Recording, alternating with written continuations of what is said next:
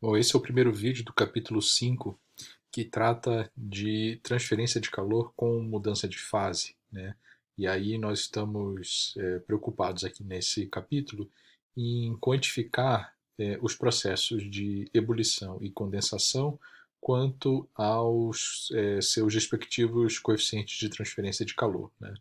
Esses processos de ebulição e condensação são, respectivamente, processos de mudança de fase de líquido para vapor e de vapor para líquido e encontram aplicações práticas em inúmeras situações, né? Tanto de componentes de sistemas quanto de trocadores de calor ou dispositivos independentes, né? Então, aqui nós temos uma motivação para o estudo desses processos, né, de transferência de calor com mudança de fase, e aí nós podemos ver que existe uma importância térmica, uma importância prática, tanto na engenharia térmica quanto em aspectos de segurança, né? Então, projetos de trocadores de calor, diga-se evaporadores, condensadores, e uma área que avançou bastante em meados do século passado, depois da Segunda Guerra Mundial principalmente, é a área de desenvolvimento de reatores nucleares para produção de energia, né, produção de potência, energia elétrica. E um aspecto, obviamente, de aplicações nucleares diz respeito à segurança, né?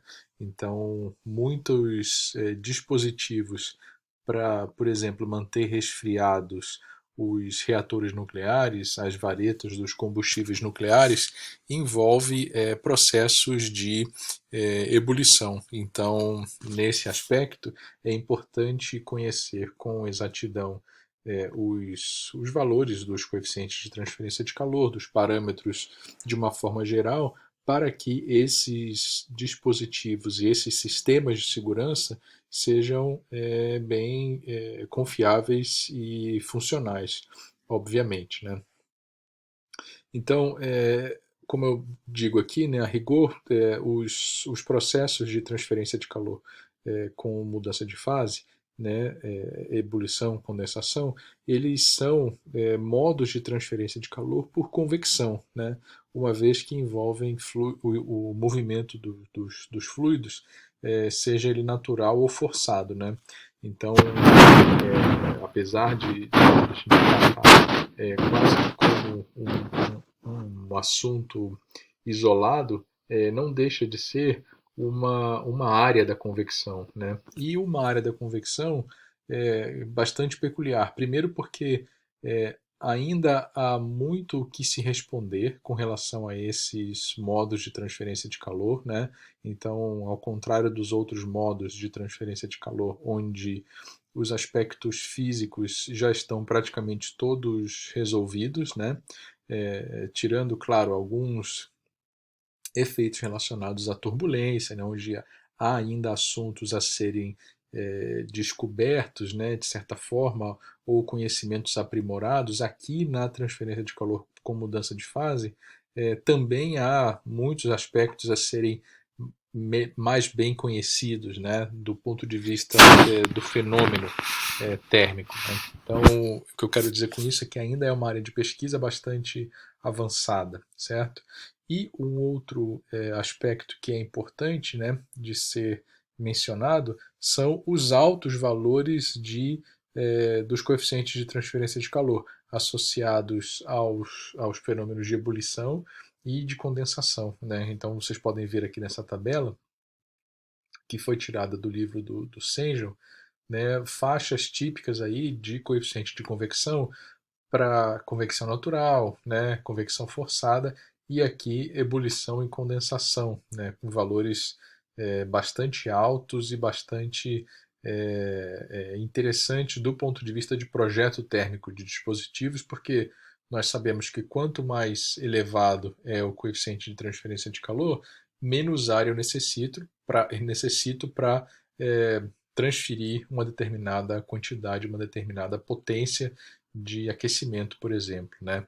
Então, áreas em que existe uma necessidade de remoção de altíssimos fluxos de calor, ou seja, taxas de transferência de calor numa área muito restrita, né, utiliza-se perdão, os fenômenos de ebulição, por exemplo, na eletrônicos, né? Uma área clássica aí que envolve cada vez mais ebulição e fenômenos de ebulição de líquidos, né? Se aplica bastante esse tipo de tecnologia, né? À medida que os componentes vão evoluindo, a dissipação de calor forçada para o ar já não é mais possível. Para a água, né, para um líquido dielétrico, melhor dizendo, já estamos chegando num limite, né, e cada vez mais a ebulição vem se tornando uma opção, né, tá?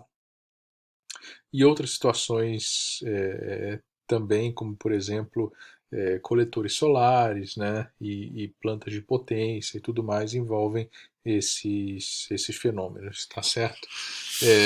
Portanto, o que nós fazemos agora, né, é uniformizar essa nomenclatura antes de falar exatamente sobre as correlações, né, de coeficiente de transferência de calor para os vários processos. Antes até de eu mencionar de falar sobre essas definições e terminologia, eu queria chamar a atenção para um ponto que vai ser bem típico desse capítulo, né?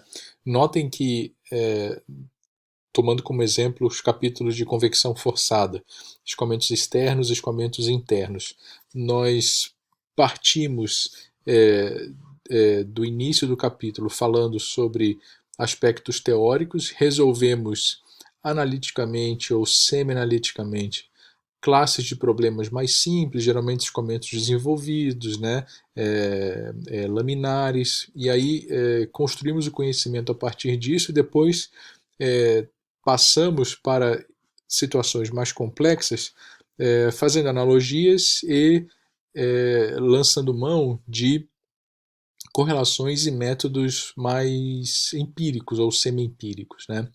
Aqui, devido à complexidade dos fenômenos, aí, como eu disse anteriormente, ainda é uma área de pesquisa, né, e muito se desenvolve porque é um fenômeno complexo, a gente não tem muita chance de desenvolver soluções analíticas, né? Existem soluções analíticas para alguns problemas, né?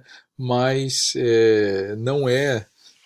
não são tão simples como as soluções analíticas para aquelas situações que nós vimos em capítulos anteriores. Portanto, nós vamos lidar quase que diretamente, né, exclusivamente diretamente, com métodos empíricos. Tá? Então, esse capítulo vocês vão perceber que nos exercícios há muito de aplicação de fórmula. Tá?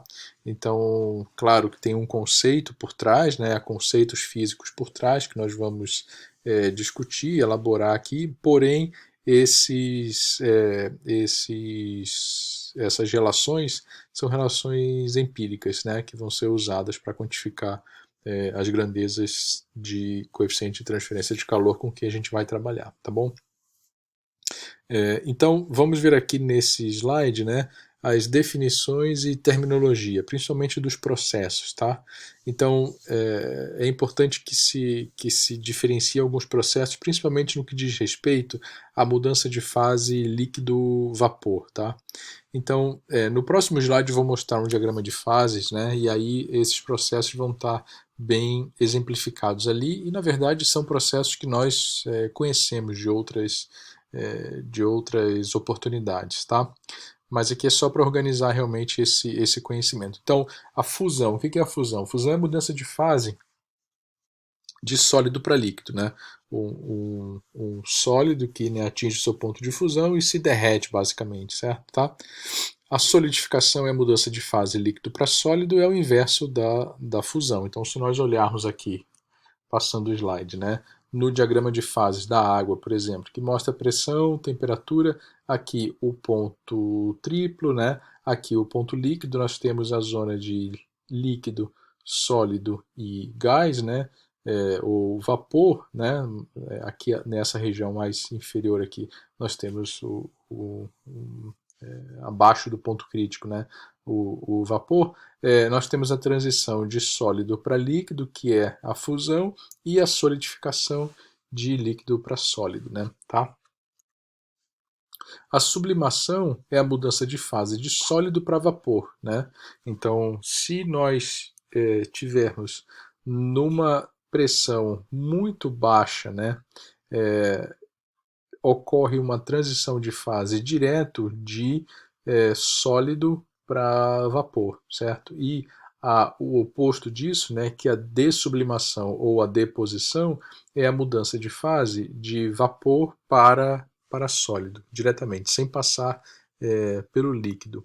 Um exemplo clássico de sublimação é o que acontece com o naftaleno em condições ambientes, né? O naftaleno, que vulgarmente é conhecido como a naftalina, ou aquela bolinha de naftalina para é,